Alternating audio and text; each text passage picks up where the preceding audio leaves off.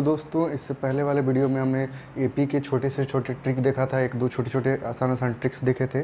ठीक है, तो हमारा एपी में कुछ पार्ट्स बचा रह गया है, जैसे में उसके बारे में चर्चा होगी। एक हम लोग का सम ऑफ सीरीज़ बचा हुआ है एसएन के बारे में, लेकिन उससे पहले एपी की कुछ नॉर्मल से क्वेश्चंस हम देखेंगे। जैसे कि एक है अर्थमेटिक मीन, एएम जिसे कहा जाता है, अर्थमेटिक मीन। जैसे कि कोई भी एपी का एक सीरीज चल रहा है, जैसे मैंने लिखा 2 लिखा, 4 लिखा और 6 लिखा। ठीक है, तो ये 3 एपी में है। ठीक है, उसी तरह अर्थमेटिक मीन में क्या होता है, कोई भी 3 कंसेक्यूटिव एपी होते हैं, ए, बी और सी। कोई भी 3 कंसेक्यूटिव कहीं से भी उठा लिए होते हैं। तो अब बताइए, इन दोनों का कॉमन डिफरेंस और इन दोनों का कॉमन डिफरेंस तो सेम होगा, यानी कि b minus A is equal to C minus B, C minus B. ठीक, अब ये b इधर से इधर आएगा और a इधर से उधर जाएगा, यानी कि 2b is equal to A plus C और b is equal to A plus C by 2। ठीक है, तो एक अर्थमेटिक मीन का कॉन्सेप्ट डायरेक्टली कहा जाता है कि जो बीच वाला जो होता है उसको डबल करने पे बाकी जो आगे और पीछे का जो होता है उसको ऐड करने के बराबर होता है। ठीक है, तो इसी को अर्थमेटिक मीन बोलते हैं। जो 2b is equal to A plus C लिखा हुआ है कि इसको डबल कीजिएगा तो इसके सम के बराबर आएगा, वही होता है अर्थमेटिक मीन, कि जो बीच का जो मीन है वो क्या होगा। तो इससे रिलेटेड बहुत क्वेश्चन ये आते हैं, 1 मार्क्स क्वेश्चन में आते हैं कि जैसे मान लो ये जो 2 4 6 ना देके यहाँ पे x दिया हुआ है। ठीक है, find the value of x, लिख देगा कि 2x and 6 are in AP. ठीक है, तो हालांकि जो नॉर्मल सा है वो बच्चा कॉमन डिफरेंस से निकाल के बना सकता है, कोई दिक्कत नहीं, लेकिन ये याद हो कि 2b is equal to A plus C होता है या b is equal to A plus C by 2, तो वो डायरेक्टली निकाल सकता है कि ये बीच वाला टर्म ये दोनों जोड़ के आधा आएगा, 6 प्लस 2 बाई 2, तो 8 बाई 2 यानी कि 4। हम लोग का 4 देखो 4 आ गया। ठीक है, तो इस पे ऐसे ना देखिए, वो और भी वेरिएबल्स चेंज कर सकता है। यहाँ पे x प्लस 2 लिख सकता है, जैसे ही x लिखा हुआ था ना वो डायरेक्टली ऐसे लिख सकता है, या x माइनस 2 लिख सकता है इस तरह से, तब x का क्या वैल्यू होगा। ठीक है, तो ये टर्म की कब आएगा, ये टर्म मेरा कब आएगा, इसको जोड़ के 2 से डिवाइड करेंगे, तो इसको जोड़ के 2 से डिवाइड किया यानी कि 4। तो अभी मेरा x का वैल्यू आया नहीं है, x इज इक्वल टू 4, ये माइनस 2 उधर जाएगा तो ये मेरा प्लस 2 हो जाएगा, तो 6। तो यहाँ पे x का वैल्यू क्या आ गया, 6 आ गया। ठीक है, तो अर्थमेटिक मीन का बेसिक का कॉन्सेप्ट है जो A1 मार्क्स क्वेश्चन में पूछा जाता है। यहाँ पे कभी x कभी y दे सकता है। ठीक है, कभी ये डिजिट इधर से इधर खसका सकता है। ठीक है, तो 1 मार्क्स क्वेश्चन में अर्थमेटिक मीन का क्वेश्चन आता है। तो इसको हम अब ख़त्म करते हैं। अब मेन है एपी के बारे में एक और चीज़ हम लोग देखेंगे। ठीक है, कि एपी जो होता है जनरली, मान लीजिए कि A B C D dot dot dot, मेरा जो है ये एपी है, ये क्या है, एक एपी है। ठीक है, एपी के हम लोग कुछ एप्लीकेशंस देख लेते हैं। ठीक है, जिससे क्या होगा, कभी कभी कुछ एक्स्ट्रा क्वेश्चंस बनाएंगे, मतलब जो भी एक्स्ट्रा क्वेश्चन हम सॉल्व करेंगे उसमें हमको आसानी होगा। कि जैसे मान लीजिए, जैसे ए बी सी ना लिख के मैं A1 A2 लिखता हूँ अपना, A1 A2 A3 A4 A5 dot dot dot AN तक मेरा एपी है। ठीक है, जिसका कॉमन डिफरेंस C है, इसको CD, कॉमन डिफरेंस को हम CD लिख देते हैं, कॉमन डिफरेंस मान लेते हैं D ही है। ठीक है, तो अगर इन केस ठीक है, हम सारे एपी में कोई एक्स्ट्रा वर्ड जोड़ देते हैं, एक्स्ट्रा डिजिट जो है अगर हम ऐड कर दें एक्स्ट्रा नंबर, जैसे A1 में अगर मैं प्लस K कर देता हूँ और A2 में भी मैं प्लस K कर देता हूँ, A3 में भी मैं प्लस K कर देता हूँ, डॉट डॉट डॉट करते AN टर्म में भी मैं K प्लस कर देता हूँ। ठीक है, तो हमारा जो कॉमन डिफरेंस है उसमें कोई फ़र्क नहीं पड़ेगा। देखिए किस तरह का नहीं पड़ेगा, जैसे ये जो ये है, ये मेरा दूसरा टर्म हो गया, ये मेरा पहला टर्म हो गया, तो कॉमन डिफरेंस निकलता कैसे है, दूसरा टर्म से पहला टर्म घटा दो, तो दूसरा टर्म मेरा ये A2 प्लस K। अब माइनस करने पे क्या आया, माइनस करने पे मैं लिखा A प्लस K1 लिखा। ठीक है, अब देखो A2 तो A2 रह गया, प्लस K, यहाँ पे माइनस A1 माइनस K1। ठीक है, अरे सॉरी K। ठीक है, तो K यहाँ पे कैंसिल आउट हो गया, A2 माइनस A1 आया, जो कि D यहाँ पे हम निकालते हैं, यहाँ पे अगर हम D निकालते हैं तो यहाँ पे भी D मेरा यही आता, A2 माइनस A1 आता। ठीक है, A2 माइनस A1 आता। तो ध्यान से देखिए, ये जो D है वो चेंज नहीं हुआ, यही तो D रह गया ना।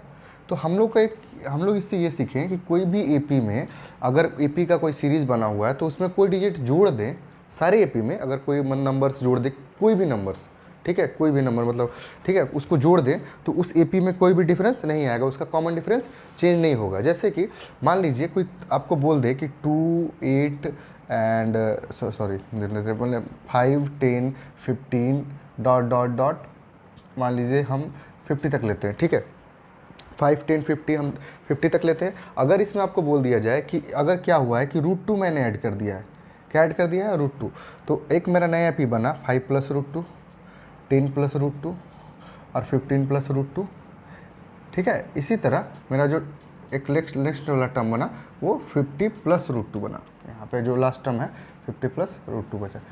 अब देख सकते हैं कि एक कॉमन टर्म मतलब कि सेम टर्म मेरे सारे AP में ऐड हुआ है, ठीक है। तो जब सारे AP में ऐड हुआ है तभी मैंने बताया कि कोई भी एक कॉमन टर्म अब अगर आप सारे AP में ऐड कर देते तो कॉमन डिफरेंस चेंज नहीं होता। मेरा पहले का कॉमन डिफरेंस क्या था, 10 - 5 5 था, तो यहाँ भी अगर आप सब्ट्रैक्ट करेंगे तो आपको वही बचेगा, ठीक है। तो अगर जिस तरह भी हम लोग ऐड किए थे उस तरह अगर हम सब्ट्रैक्ट भी कर दें, यहाँ पे मैं माइनस डायरेक्ट लिख देता हूँ, ठीक है। आप लोग समझ लीजिएगा कि अगर हम माइनस भी कर दे कोई कांस्टेंट टर्म माइनस भी कर दे तब भी D चेंज नहीं होने वाला है।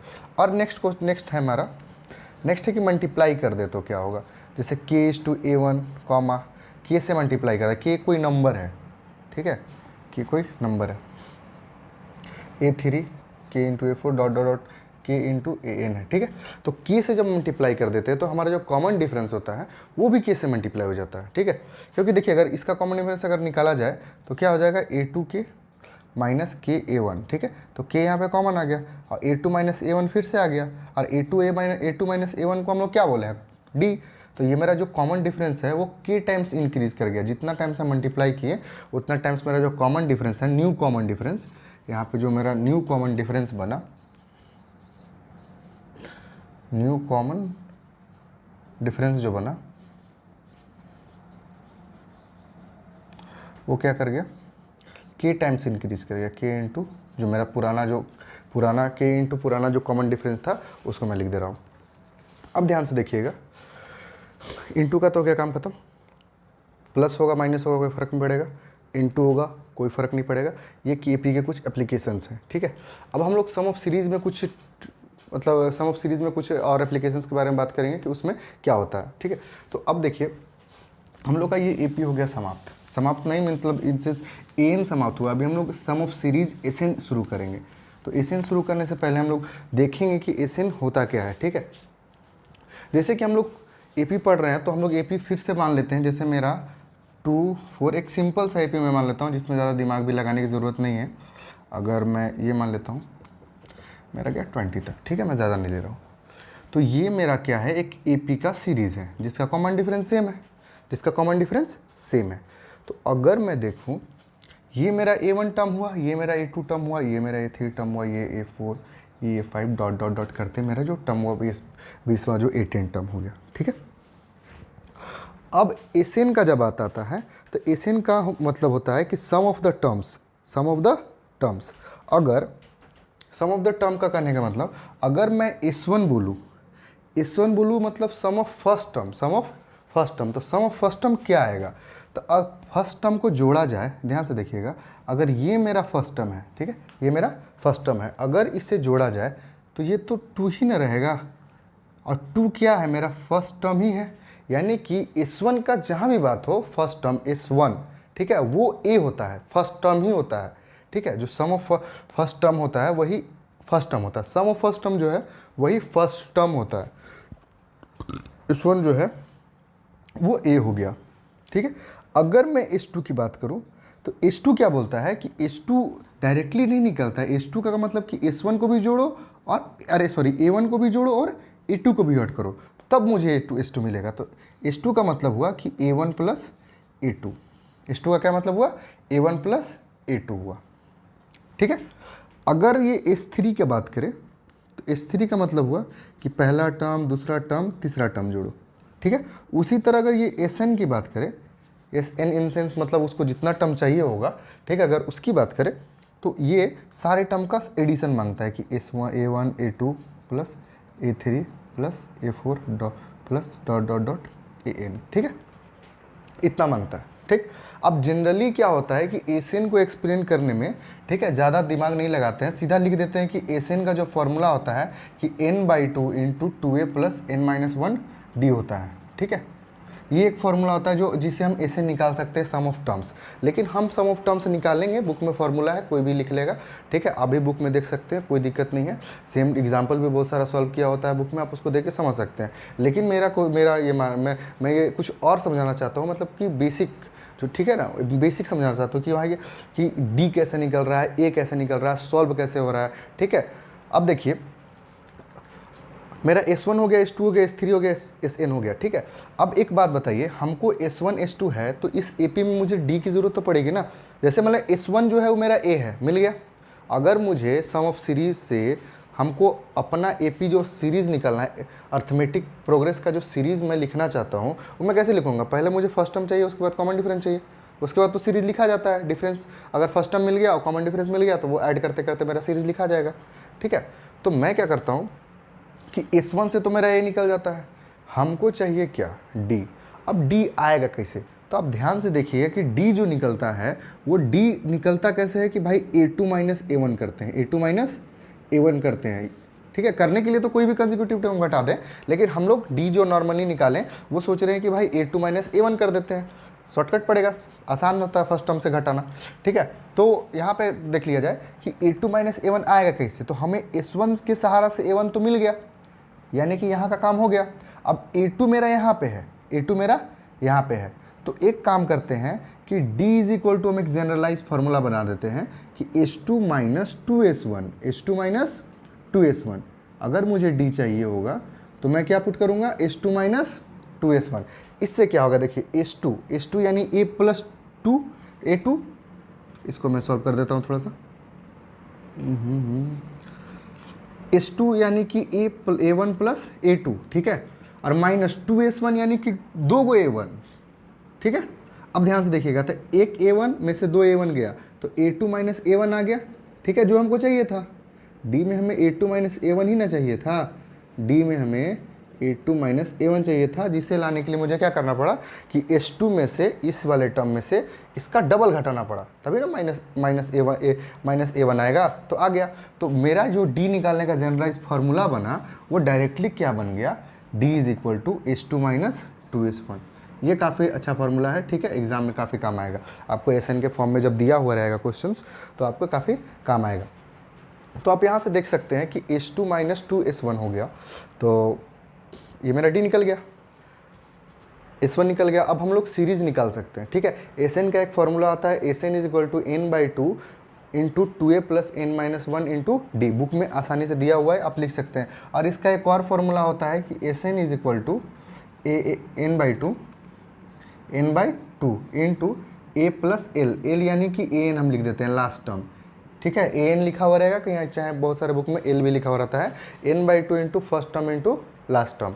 ठीक है, ये होता है सम ऑफ सीरीज़ का फॉर्मूला डायरेक्टली। अब इसके बाद आप क्वेश्चन सॉल्व करेंगे तो क्वेश्चन सॉल्व हो जाएगी, लेकिन हम एक्शन के कुछ एक्स्ट्रा क्वेश्चंस, कुछ और डिटेल्स के बारे में हम बात करेंगे। ठीक है, चलिए, अब मेरा ये बेसिक खत्म हो गया। ठीक है, जिसमें हम बस इतना जानना था कि SN का फॉर्मूला क्या होता है और इस SN का फॉर्मूला क्या होता है, मतलब दो तरह का फॉर्मूला है SN का, इसी से ये बना हुआ है। जैसे AN जो है वो 2a प्लस n-1d यहाँ पे फॉर्मूला है ना, अब 2a प्लस n-1d में से एक a अलग हो जाए तो ये फार्मूला बन जाएगा a प्लस n-1d। अब a प्लस n-1d को ही हम लोग an लिखते हैं, तो उसी से टूट के ये लिखा हुआ है, कोई एक्स्ट्रा इसमें नहीं लिखा हुआ है। अगर लास्ट टर्म दिया हुआ हो, फर्स्ट टर्म दिया हुआ हो और नंबर ऑफ टर्म दिया हुआ हो तो हम ये वाला फार्मूला यूज़ करेंगे, और जब लास्ट टर्म नहीं दिया हुआ हो तब ये वाला यूज़ करेंगे। ठीक है, तो ये तो जो क्वेश्चन आएगा तो उस टाइम देखा जाएगा, लेकिन जब SN का फॉर्म में आ जाए तो आपको जैसे बता रहा हूँ कि D ये यूज़ होता है। ठीक है, ये काफ़ी काम का चीज़ है D। अब एक चीज़ और मैं बताना चाहूँगा, जैसे देखिए SN का जो जनरलाइज फॉर्म होगा, जैसे AP में हम लोग AN प्लस P के फॉर्म में बताया था कि भाई एक जनरलाइज फॉर्म होता है। ठीक है, जिस पे पुट करके A1 A2 A3 निकल सकता है। उसी तरह SN का जो जनरलाइज फॉर्म होता है वो AN² प्लस B होता है। AB जो है कांस्टेंट है, ठीक है, BN होता है। ठीक है, SN का जो जनरलाइज फॉर्म होता है वो क्वाड्रेटिक इक्वेशन बनता है। SN का जो जनरलाइज फॉर्म होता है वो क्वाड्रेटिक इक्वेशन बनाता है हमेशा। अब यहाँ पे A, जैसे देखिए अगर मुझे SN निकालना है, ठीक है, तो एक फॉर्म ऐसे बन सकता है कि 4n प्लस 5n, ऐसे बन सकता है, या 3n, मैं अपने से ले रहा हूँ, थोड़ा सा आगे पीछे हो सकता है, कोई इसमें दिक्कत नहीं है, ठीक है। मान लो कि ये मेरा एस का एक जनरलाइज फॉर्मूला क्वाड्रेटिक इक्वेशन बन गया है, ठीक है। तो इस इक्वेशन में क्या होगा, अगर मुझे S1 निकालना है तो n की जगह पर S1 पुट करना पड़ेगा। तो n की जगह पर जब S1 पुट करेंगे तो यहाँ 1 पुट होगा, ठीक है, और यहाँ भी 1 पुट होगा। तो मेरा S1 क्या आ गया 7, और S1 ही तो फर्स्ट टर्म होता है, S1 ही क्या होता है, फर्स्ट टर्म होता है, तो कोई दिक्कत नहीं है। लेकिन अब हमको क्या चाहिए, S2, ठीक। तो S2 के लिए यहाँ 4, n की जगह पर 2, तो 2 का स्क्वायर प्लस 3 इंटू 2, ठीक है। तो 4 इंटू 2 का स्क्वायर 4 प्लस 3 इंटू 2 6 हो गया। अब 4 चौके 16 और 6, मेरा हो गया 22, मेरा हो गया 22। S2 कितना आ गया 22। अब मुझे क्या चाहिए, D, क्या चाहिए, D। देखो मैं सब चीज़ निकाल ले रहा हूँ, A1 D निकाल ले रहा हूँ, सीरीज आराम से बन जाएगी, ठीक है। अगर मुझे चाहिए D, तो देखा जाए, अगर हमको चाहिए D, तो D के लिए हमें फॉर्मूला क्या बोला कि D के लिए S2 माइनस 2S1, तो S2 कितना है यहाँ भाई 22, ठीक है, माइनस 2S1, S1 का डबल कर दो, 2 इंटू S1 कितना है 7, तो 22 माइनस 14 कितना हो गया, मेरा कितना आ गया,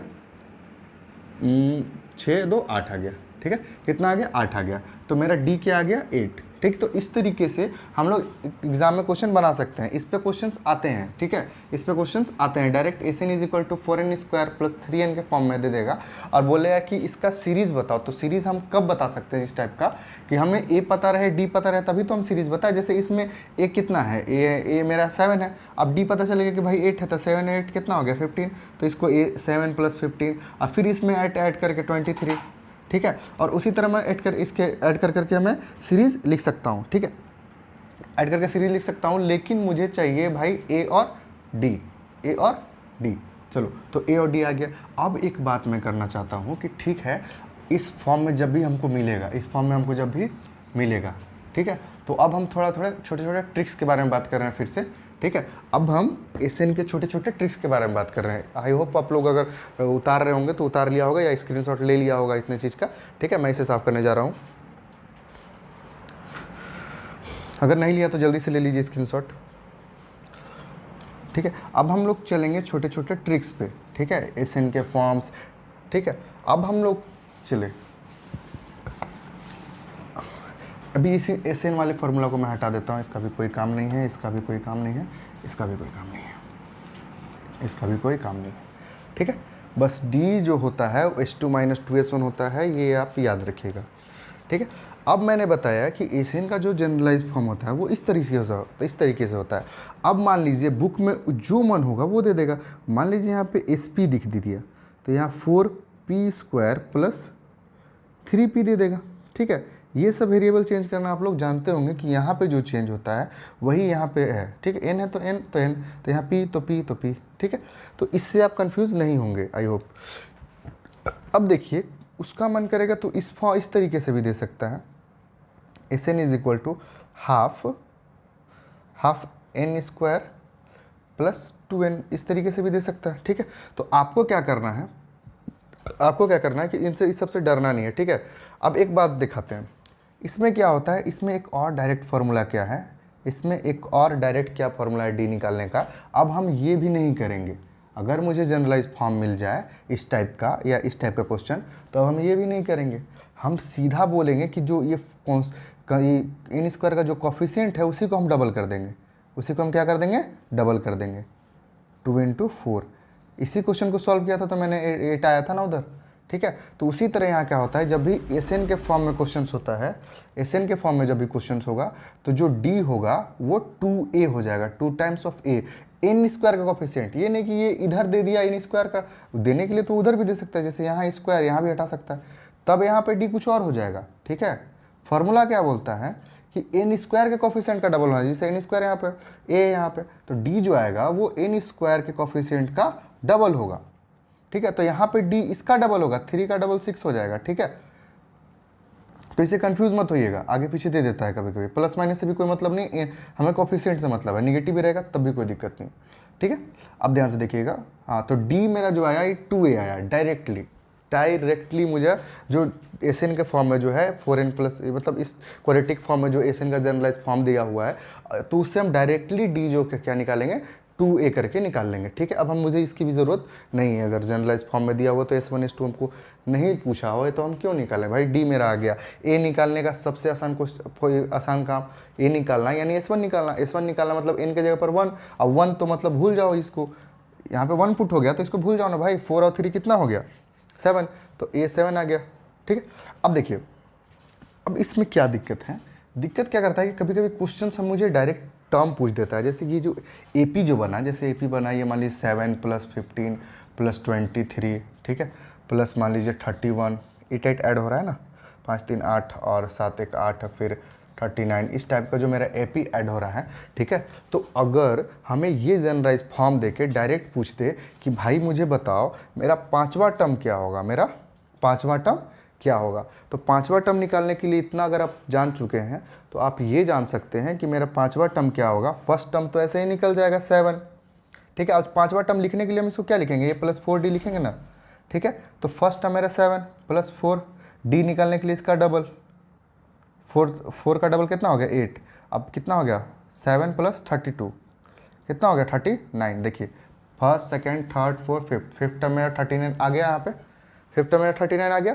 ईजिली हम निकाल सकते हैं। ठीक है, ईजिली हम आराम से निकाल सकते हैं अगर मुझे ये पता रहे कि डी ऐसे निकलता है और 1 पुट करने पे मेरा S1 ही आता है। ठीक है, तो हम इजीली कोई भी टर्म निकाल सकते हैं। लेकिन अगर फिर भी अगर इस पे फॉर्मूला चाहते हैं कि हम एन निकालने का फॉर्मूला, जैसे एन दिया हुआ इस फॉर्म में, एन निकालना, एन मतलब पर्टिकुलर टर्म। ठीक है, एन मतलब कंप्लीटली ऐड, जैसे एन बोलने का S3 बोलने का मतलब क्या हुआ कि वो फर्स्ट सेकंड थर्ड टर्म को जोड़ के बात कर रहा है। अगर S4 का बात कर रहा है तो वो चारों टर्म जोड़ा हुआ है। लेकिन अगर A4 का बात कर रहा है तो वो पार्टिकुलर चौथा ही टर्म का बात कर रहा है। ठीक है, जैसे ये चौथा टर्म है 31, तो इसी का बात कर रहा है। ठीक है, तो यहाँ पे अगर AN बोला जाए तो जैसे मान लीजिए S3, जैसे S2 का मतलब हुआ कि दोनों को जोड़ के, ठीक है, ये दोनों को ऐड करके बात कर रहा है। जैसे 22, S2 जो है ये दोनों को ऐड करके बात कर रहा है। लेकिन A2 अगर लिख दें तो A2 का मतलब हुआ कि जो सेकंड टर्म है बस उसके बारे में हमको बता दो, बाकी हमको कुछ मतलब नहीं है। ठीक है, A2 जो होता है वो ओनली सेकंड टर्म के बारे में बात करता है कि सेकंड टर्म है क्या, सेकंड टर्म क्या है। ठीक है, तो वही मैं बोल रहा हूँ कि अगर SN का फॉर्म ऐसे दिया हुआ है, अगर इस फॉर्म से मुझे AN डायरेक्टली निकालना होगा तो मैं 2AN और अगर इस पे डायरेक्टली बैठाया जाए, अच्छा देखता हूँ एक मिनट, 2AN - A + B। ठीक है, एक बार 5 रख के देखते हैं आ रहा है कि नहीं। ऐसे फार्मूला याद करने का कोई ज़रूरत है ही नहीं। ठीक है, फार्मूला याद करने का कोई ज़रूरत नहीं है। -A कितना है मेरा 4 और +B मेरा कितना है 3, तो 4 × 5 = 20, 2 40। ठीक है, 4 × 5 = 20 × 2 40 और -1 39। हाँ ठीक है, ठीक है, तो देखिए ये क्या हो जाएगा कि 2AN - A + B हो जाएगा। 2AN - A + B, इसको याद करने का कोई मतलब नहीं, बकवास है ये। ठीक है, ये बकवास बन जाएगा, कोई मतलब नहीं। जब हम A निकाल ही सकते हैं, इससे D निकाल ही सकते हैं, तो जो टर्म पूछेगा उसको A + उतना D करके आराम से निकाल सकते हैं, कोई फॉर्मूला याद करने की ज़रूरत नहीं है। ठीक है, तो ये मेरा SN का खेल हो गया। ठीक है, SN का मतलब जो जिसके इसके बारे में जो भी कंक्लूजन है, वैसे SN का फॉर्मूला, क्वाड्रेटिक इक्वेशन फॉर्म। ठीक है, ठीक है, ये जो D = 2A लिखा है ये काफ़ी काम आने वाला है आपका।